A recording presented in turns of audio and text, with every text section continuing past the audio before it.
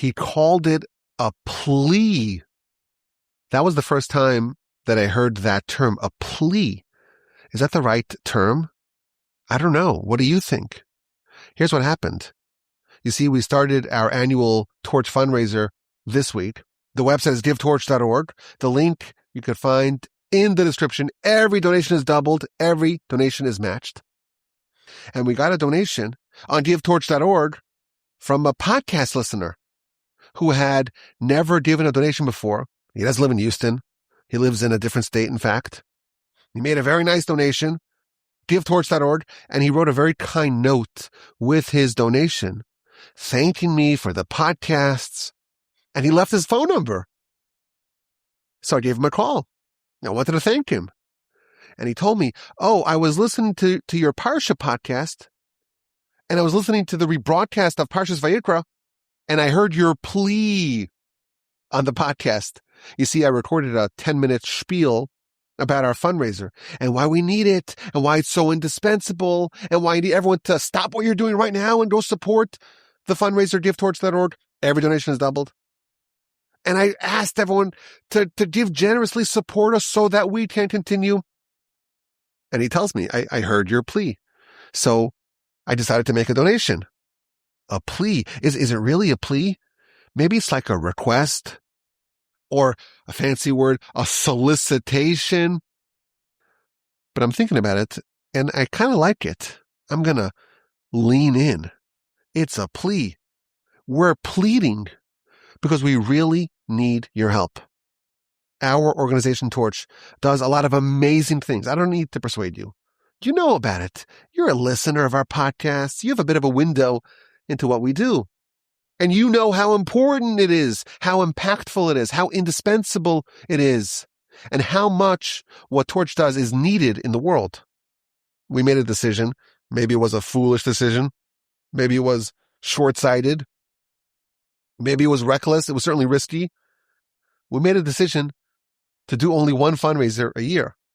And if the fundraiser succeeds, we'll be able to continue.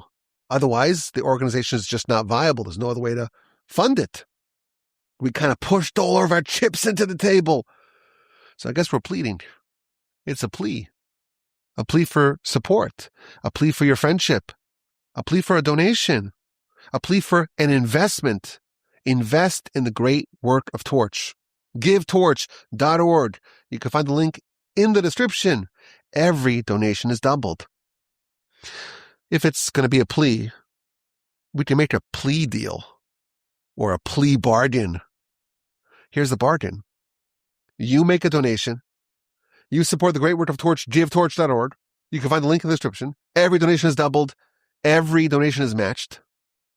And I'll continue with the help of the Almighty to be fully invested in recording these amazing podcasts and in doing as good of a job as I can and as we can, the team, to do the amazing work of Torch this year. That's our plea deal.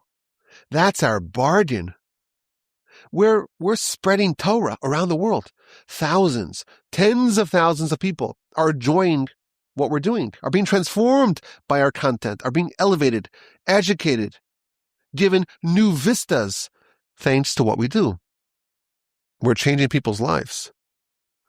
And that merit we share with all of our partners, with all of our supporters, with all the people that go right now, givetorch.org, and make a donation.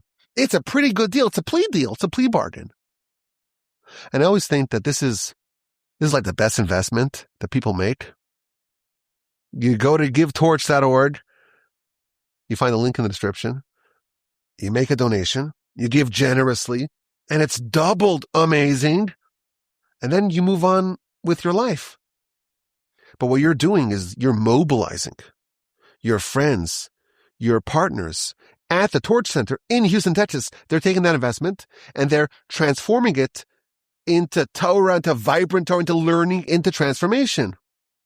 You're fueling a torch that is attempting to illuminate the entire world. I always have this picture of someone passing after 100+ years, and they go to heaven, and they have their merits being weighed against their misdeeds. There's this heavenly accounting and reckoning, and they notice 5,000, 50,000 hours of Torah. I didn't do that. Oh, maybe you didn't do it yourself, but you invested. You went to givetorch.org, and you made a generous donation. You supported the great work of the rabbis at the Torch Center, and they spread the Torah to the whole world. You fueled the torch, and all these people listened and learned and grew and developed and advanced, and you get the merit. That's the plea deal. That's the plea bargain. What do you say? Is this persuasive? Can we count on you? Will you do it? GiveTorch.org? Or are you clicking next, skip? When will this fundraising pitch be over? I spoke to one of my friends today, and he told me, he said, Rabbi, you have to make a threat. You have to say, what's going to happen if we don't have a successful fundraiser, God forbid? In the past, I used to say, well, if it doesn't work out, we'll have to find a different career. No big deal. You could sell insurance or cabinets. One of my friends said, you could work as a paralegal in my law firm. You don't need to have accreditation. You could probably pull it off. But I don't want to say this this year. I'll tell you why. I feel like I'm too far into this. I'm in this too deep. And, I made calls during the fundraiser more than any other time in the year. I'm a millennial. We like texting, WhatsApping over calls, but I'm making calls and I'm speaking to people. People make donations. I try to call them up or text them at least to thank every donor. And I've spoken to people today, and it's inspiring for me to hear what people are saying about how these podcasts and the various other work that Torch does, how it changes their lives. So I'm in a bit of a bind. I can't make a threat and say, oh, I'll bolt, I'll hightail out of there. I'll just switch. I'll learn how to code. I guess that's an obsolete term. I'll learn how to weld. I don't know if I can make a viable threat. If I can't make a threat, I can still make a plea. We need your support. Torch needs your support. We need your friendship. We need your investment. What does that mean for you? It means that you take your phone and hit pause on the podcast and you find the link for the fundraiser, givetorch.org, you make a donation, and then you know that you are a partner in the great work of Torch. You're a friend, you're an investor, and all the work that Torch does in the upcoming year, it all accrues to your merit. Help us. Support us. Invest in us. I didn't learn how to fundraise in rabbi school. It wasn't part of the curriculum. But the rabbis are all fundraising today because we realize that the only way that this great organization can continue, there's only one way. It's only if we fundraise. And if we have an excellent fundraiser, givetorch.org, every donation is doubled. Every donation is matched. And if we find a way to persuade you to stop what you're doing and to go make a donation, then we'll be able to succeed in doing something which is indispensable for our mission. It's an inherent part of our mission. It's not like a separate standalone thing. Part of what we accepted when we took on this position, this occupation, this mission, part of it is fundraising. So if you're excited to go teach Torah and study Torah and the Talmud and do the podcasts, why are you excited? Because that's your mission. Guess what, buddy? I'm talking to myself now. I'm not calling you buddy. You are my buddy, of course. But guess what, Rabbi of Torch? You have to be excited and passionate and driven in doing the fundraiser as well. It's part of the mission. Will you help us? It's a plea. Will you support us? Do we have a deal? Are you willing to go to givetorch.org? You can find the link in the description and make a donation and give generously. Every donation is doubled. if you need some persuading, you can email me, rabbiwolbe@gmail.com.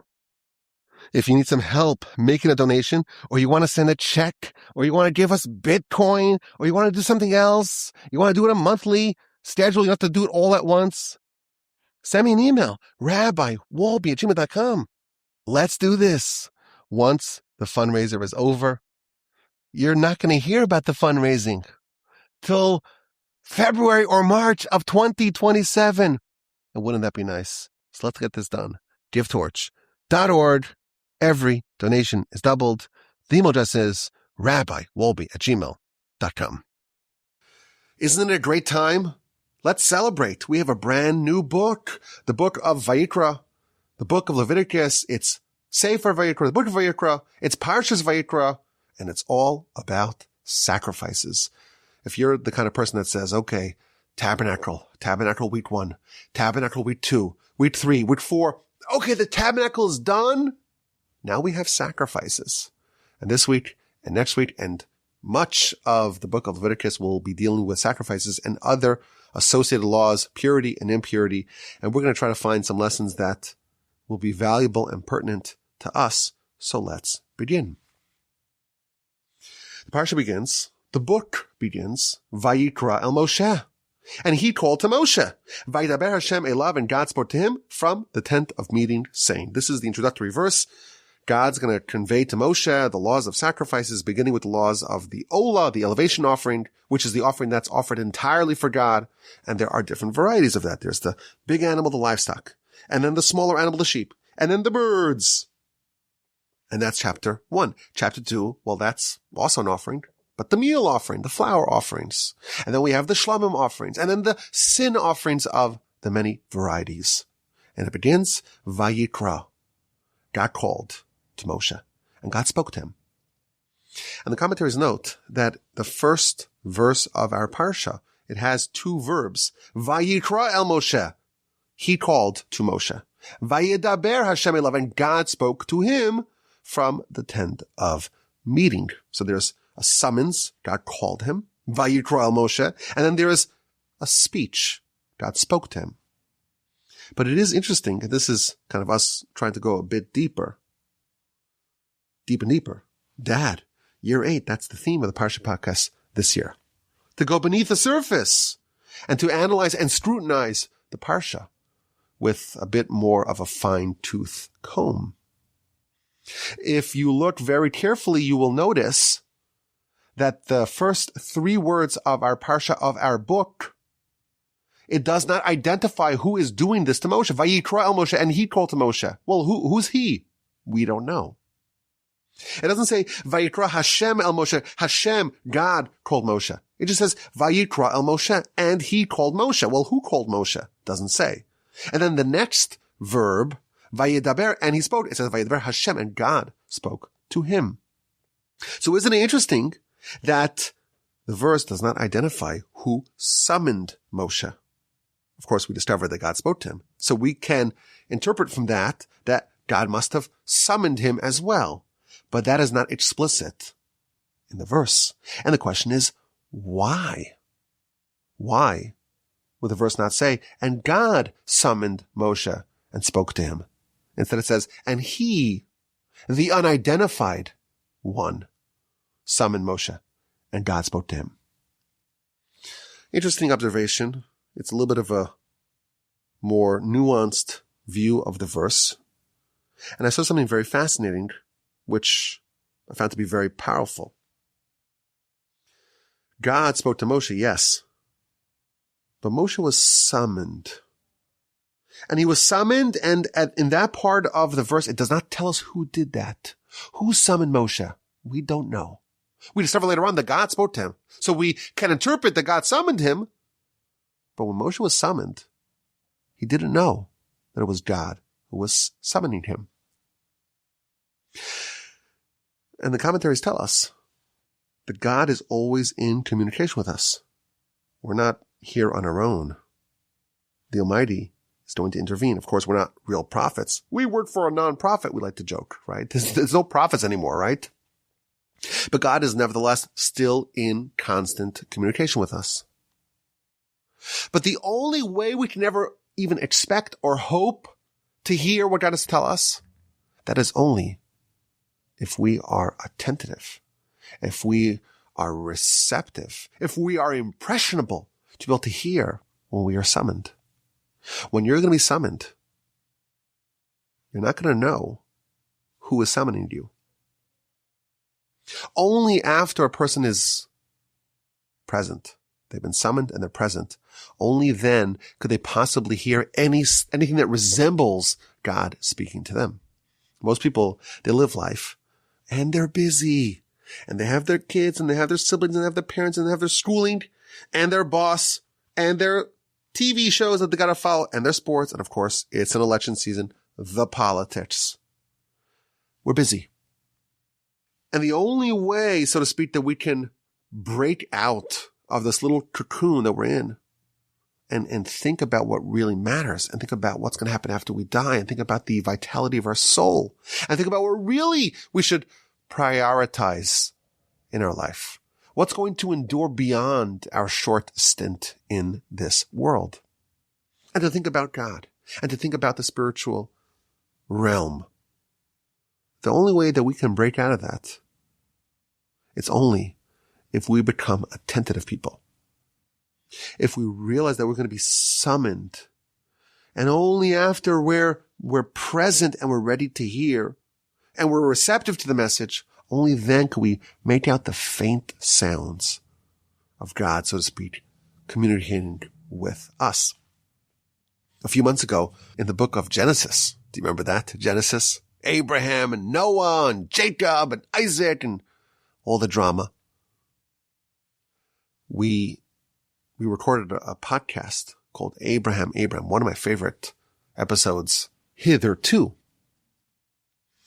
And we learned that God is always communicating with us, not just with us, but with everyone.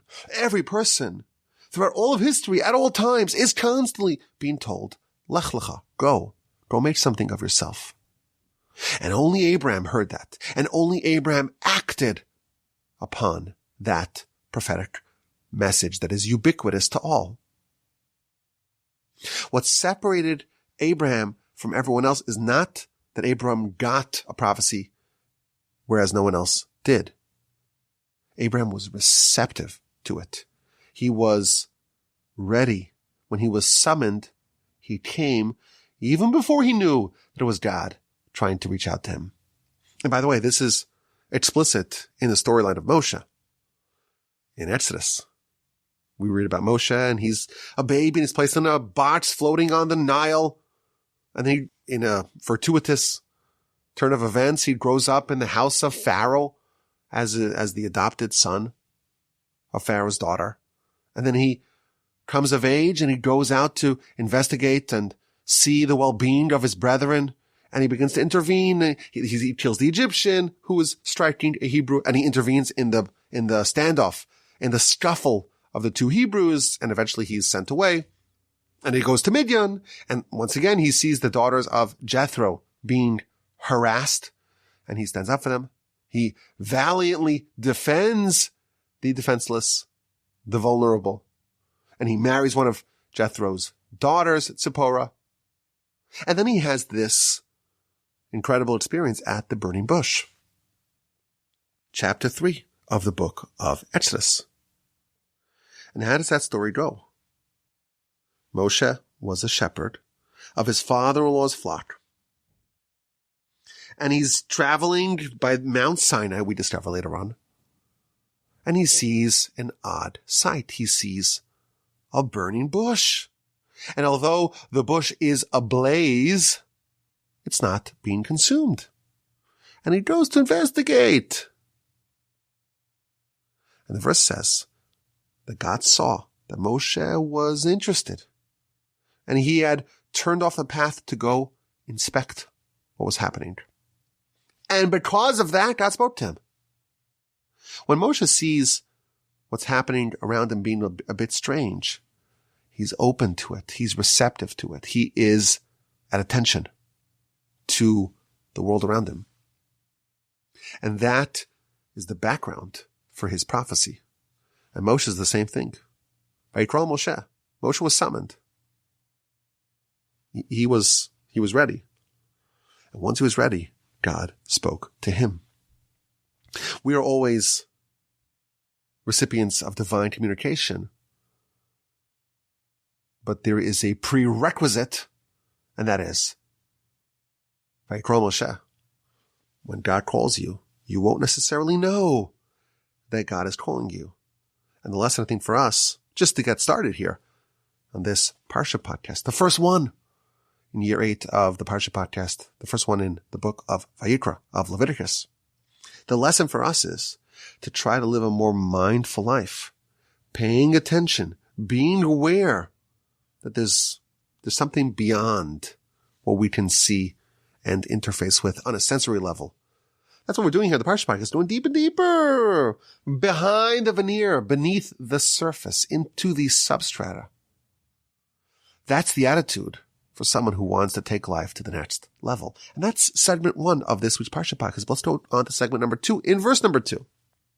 Daber el bnei Yisrael. Moshe is told, go speak to the Israelites and tell them, Adam, a man, ki akriv mikem karban laHashem. When a man wants to bring a sacrifice, they do it of the livestock, of the animals, of the sheep. Later on, we discover of the birds as well.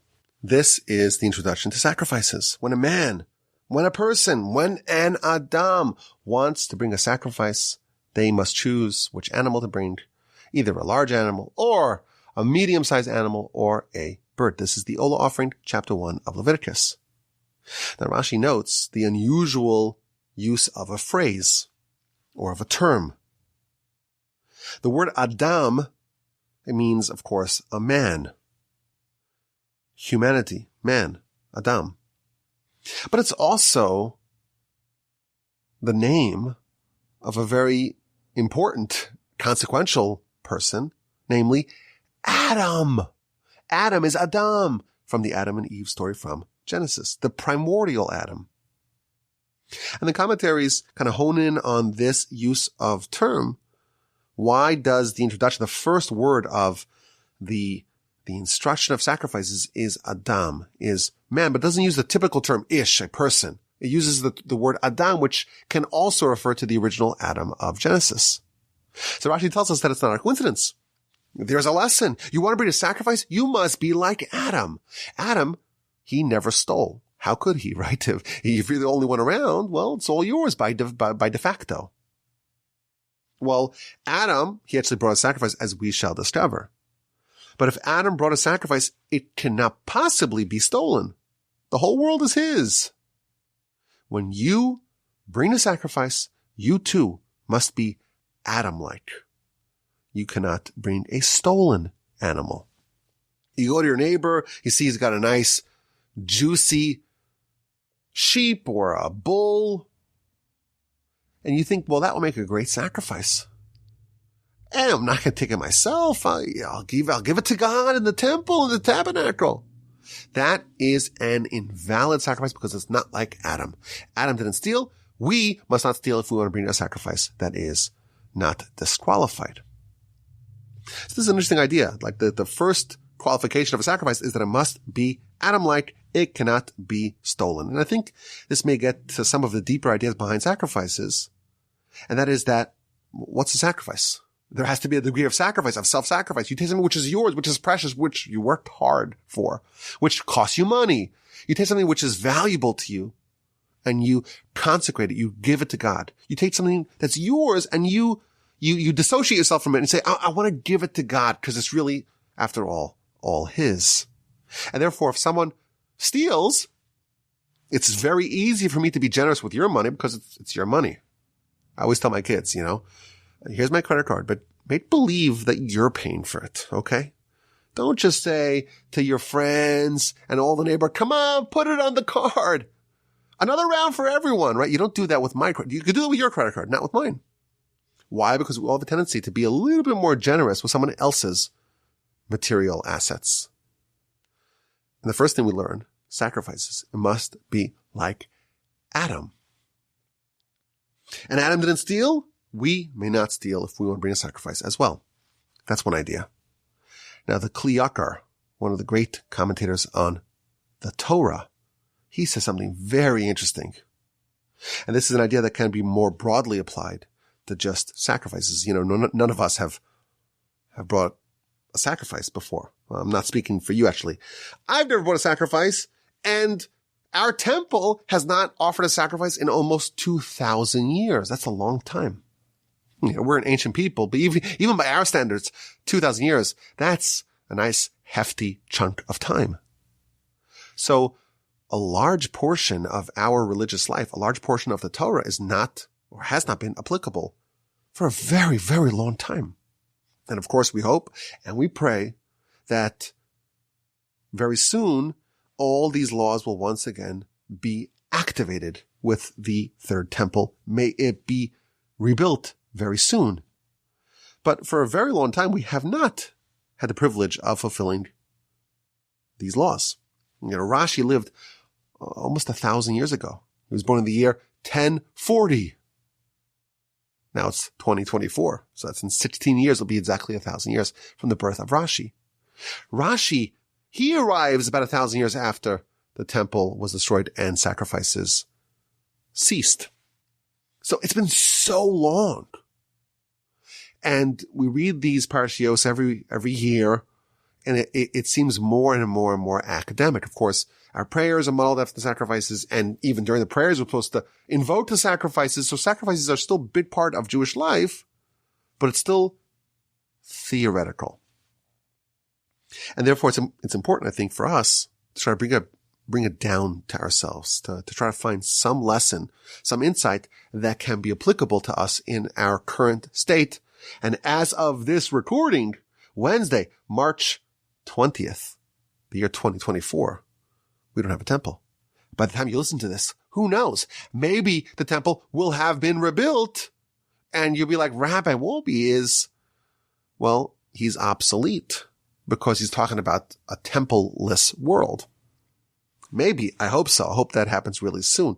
But as of right now, and for the last, 1900 some odd years, there hasn't been a temple. And therefore, I think it's important for us to also understand some of the lessons that are applicable to us in a world absent a holy temple. Kliakar says something unbelievable.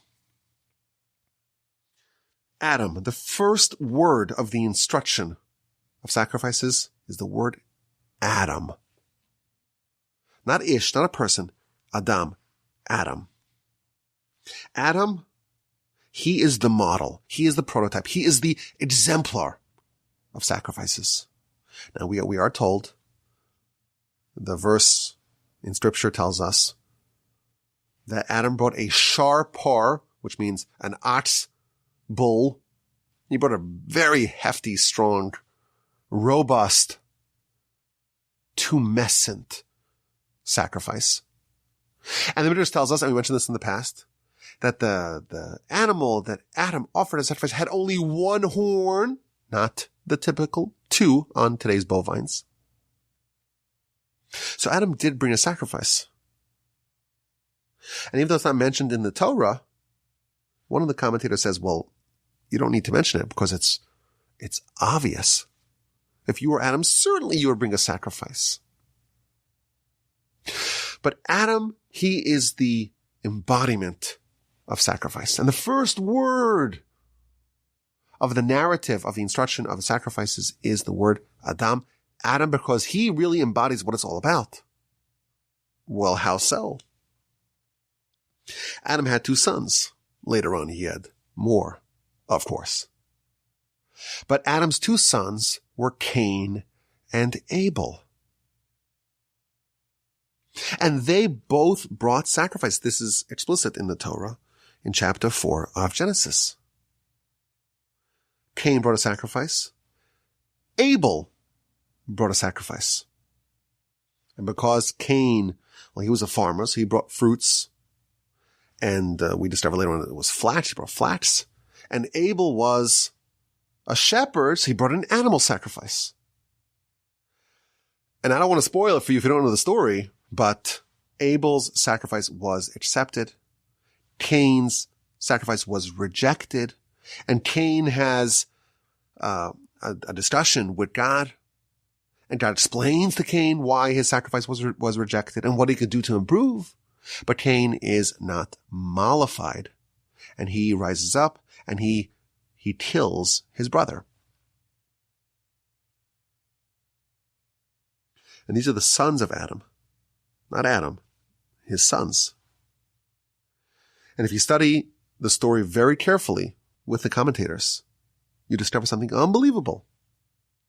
Cain and Abel both brought sacrifices, but they both brought flawed sacrifices. Cain, it's more explicit.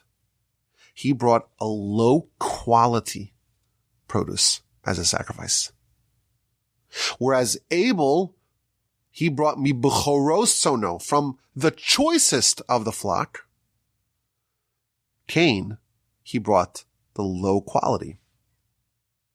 So Cain's problem was that his sacrifice was of substandard quality.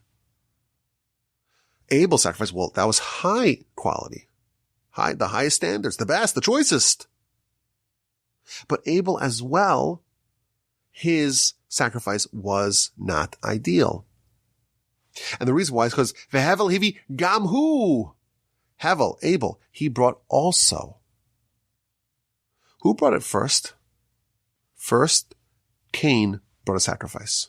So Cain was the one who initiated the concept of sacrifices, at least as explicit in Genesis, not what's found elsewhere that Adam brought before them. Cain initiated the sacrifices. So that's a plus to Cain's side, but it was low quality. Abel, he brought high quality, so that's a plus for Abel, but he only copied. He mimicked Cain. He didn't initiate it himself. So each one brought a sacrifice with some flaw in it. Cain, it was low quality. Abel, it was just not something he came up with on his own. It was something that he copied Cain. And the truth is, this is all a consequence of what happened in the garden. Adam, he does a sin, and now the Yetzer Hara is there. And the Yetzer Hara made someone forget about God. So Abel, he wasn't thinking about God. It had to be kind of brought into his purview, came into sacrifice, and Abel's like, oh, I should do that as well. But that's not something he thought about himself. He wasn't attuned to the appropriateness of bringing a sacrifice because of the Yetzer Hara that now dominates humanity ever since Adam's sin. And Cain's sacrifice is also tinged. It's also affected by the sin of Adam because he says, well, I got high quality fruits, low quality fruits. I'll keep the best stuff for myself. And the things that are, of poor quality, that I will give to God. That too is a mindset of the Yetzer Hara saying, well, whatever is in the God realm, that's not so important. You keep the good stuff for yourself and you give God the leftovers. The Yetzer Hara makes everything else primary and God secondary. And the agenda of God in the sacrifice of Cain and Abel, they're both influenced by the Yetzer Hara. Cain, well, he offered the lowest quality, and that's why it was rejected. And Abel, well, he wasn't even thinking about this. Independently, he did not bring a sacrifice. He did not undertake the initiative of offering something to God. He mimicked. And our Parsha begins, bring sacrifices. And the first one it tells us is Adam. Model yourself after Adam, not after his two children. Like Adam, you undertake this yourself. You don't wait till someone suggests this to you. Make God such an important central element of your life that of course you bring a sacrifice to God. And make it the best. A robust, thick bovine. That's what Adam brought. He didn't have either of the flaws of Cain and Abel when he brought his sacrifice. That's what the Parsha is telling us. Sacrifices. They should be done in the model of Adam. Restore the Adam ideal. Make God not just a priority, the highest priority. And therefore, that should be something that you're on the lookout for. And you're always undertaking initiatives. And you don't just wait and say, oh, well, this is something I should do because look, someone else is doing it. we very often, we suffer from the Cain syndrome and the Abel syndrome. The Abel syndrome is that it's just, God, which is the only thing that actually matters. The only true reality in all of existence is God. Everything else it's only a relative existence. It only exists because God wants it to exist. So the only thing that really matters is so far from our consciousness. And yes, we're believers. So if someone says, oh, we should thank God. Oh, you're right. Of course. We have to be awakened to it because we suffer from the Abel syndrome. And we also suffer from the Cain syndrome. Cainitis, we'll call it. That's a good title for the podcast. Abelitis and Cainitis. That's a little bit of a mouthful. What do you think? Maybe. Let me write that down. Cainitis. Abelitis. It's like 10:30 at night here. It's late. I hope there's no one sleeping in my car. So I apologize if the podcast is a bit off the rails. But I'm taking notes here as I'm speaking, because maybe that's a good title for the podcast. We suffer from Cainitis and Abelitis. And we're trying to get a vaccine. And that's what we're being told over here. Adam, be like Adam. He brought a sacrifice. And model ourselves. We should strive to model ourselves after Adam and his sacrifice.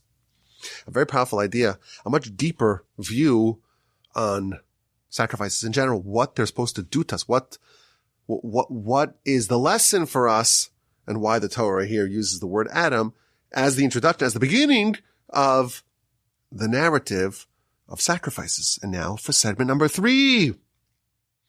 Chapter 1 talks about the Olah, the elevation offering. Chapter 2 talks about the meal offering, the mincha. And chapter 3 talks about the Shelamim, the peace offering. Why is a Shelamim called a peace offering? So Rashi tells us 2 reasons. Because it breeds peace in the world. It causes, it fosters, it foments, it increases peace in the world. Alternatively, because it's peaceful. It causes peace. Everyone gets a slice of the action. Everyone's happy with the Shelamim, because of course part of it's offered on the altar, and part of it goes to the Kohanim, to the priests, and part of it goes to the owners. Everyone gets a piece of the action. Everyone gets their steak dinner, and when everyone has steak, everyone is happy. And that's what we call the peace offering. That's what Rashi tells us. Very interesting. Now, for us, it's hard for us to even think about sacrifices. It's a foreign concept. And certainly it would be hard for us to rank sacrifices. Which one's the best? Which one's what's the hierarchy? But we are told in the Zohar that the most cherished of sacrifices, that is the Shelamim. That's the peace offering. This brings peace, and this places peace between the upper spheres and the lower spheres. And even though there are other sacrifices that are holier, kachim, as their own holy of holies, this is only the lighter version of holies. It's eaten by ordinary Israelites as an example of its lower level of holiness, but it's actually more beloved. It's more cherished. Isn't that interesting? This sacrifice that is not as holy as the other sacrifice. It's not like an Olah offering. Nevertheless, it's the most cherished. My grandfather, blessed memory, used to say something very interesting about this. He noted that this sacrifice can only be brought by a Jew. A non-Jew cannot bring a Shelamim offering. A non-Jew can bring sacrifices, can bring an Olah sacrifice, but not a Shelamim, not a peace offering. Now, it's also interesting that if this sacrifice is associated with peace, and we see that this sacrifice is the exclusive domain of our nation, you'll find where peace is associated with our nation. For example, the last blessing HaMevoreches Amo Yisrael B'Shalom, where we thank God, we bless God, who blesses his nation Israel with peace. There's some sort of quality, some sort of attribute in peace, at least of this sort, that is distinctly ours. So my grandfather, blessed memory, he used to say something very interesting. He used to say that this Shelamim, this peace offering, this embodies the great innovation of Jewish spirituality. Spirituality is a thing that a lot of peoples are aware of, are sensitive to. We have a soul after all, and the soul is much more spiritual and ethereal than the body. It makes sense to account for that and to try to embrace that and to try to develop that. Spirituality is not the exclusive domain of our people. We don't have a monopoly on spirituality. But there's a type of spirituality that's embodied by this Shelamim offering that's ours and ours alone. And what he explained is that in other systems of belief, there's a very stark separation between the physical and the spiritual. The physical is physical. And if you want to be spiritual, you must eschew the physicality. You must embrace the spiritual to the detriment of the physical. The act of spirituality is the turning your back and abandoning the physicality. There's no way to achieve spirituality in other systems of belief unless you become an ascetic, unless you depart from the physical in order to embrace the spiritual. However, in our faith, in Torah, the innovation is that there's a possibility of peaceful spirituality. Peace between the upper sphere and the lower sphere, between the body and the soul. By us, there's no such a concept as holiness being in any way equated with celibacy or monasticism, asceticism. Those are foreign ideas. Someone who wants to be an ascetic, it's great, but you have to atone for that, right? The Nazir who abstains from wine must bring a sin sacrifice because you abstain from wine. The ideal that we have is not to reject the body and the physicality, but to elevate it and to merge it, to meld it, to blend it with the spiritual. This is an idea we've spoken about many times in the past. But the totality of man, body and soul, should become united in purpose in trying to do the will of Hashem. And that's the holiness that's manifested here in the Shelamim. You have a sacrifice. And there's certain sacrifices like the Ola offering. You take an animal, take the physicality, and you consecrate it entirely for God, and there's no part of it that is enjoyed by any physical being.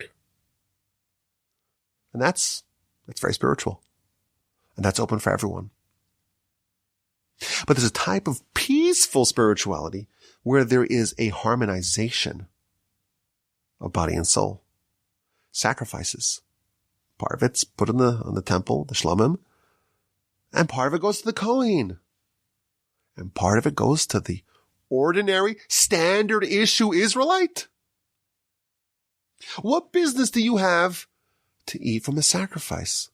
Well, that's the Shelamim. And that's our unique contribution. It's a distinctly Jewish form of holiness, of spirituality, where the body is not rejected, not left to die, to be ignored, not rejected, not repelled and repulsed, but is brought along and becomes an active participant in the spiritual pursuit.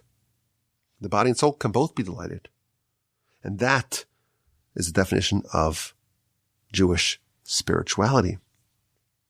Resurrection of the dead. Why do we have this idea of resurrection of the dead? Why do we want to come back to the body? In Olam Haba, in the afterlife, we could bask in the light of the spiritual. Why do we need the body? This is the idea. This is the answer. Our ideal, the most cherished of sacrifices, it's the Shelamim, where the body is an active participant in the mitzvah. I think this is a very deep idea that we discover here. The commentaries tell us that the very first person on record to bring a Shelamim sacrifice, that was Isaac, when his son Jacob, you recall the story. Isaac wants to give a blessing to Esav, and Rebecca overhears it, and they pull off the heist of the century, of the millennium, of all time.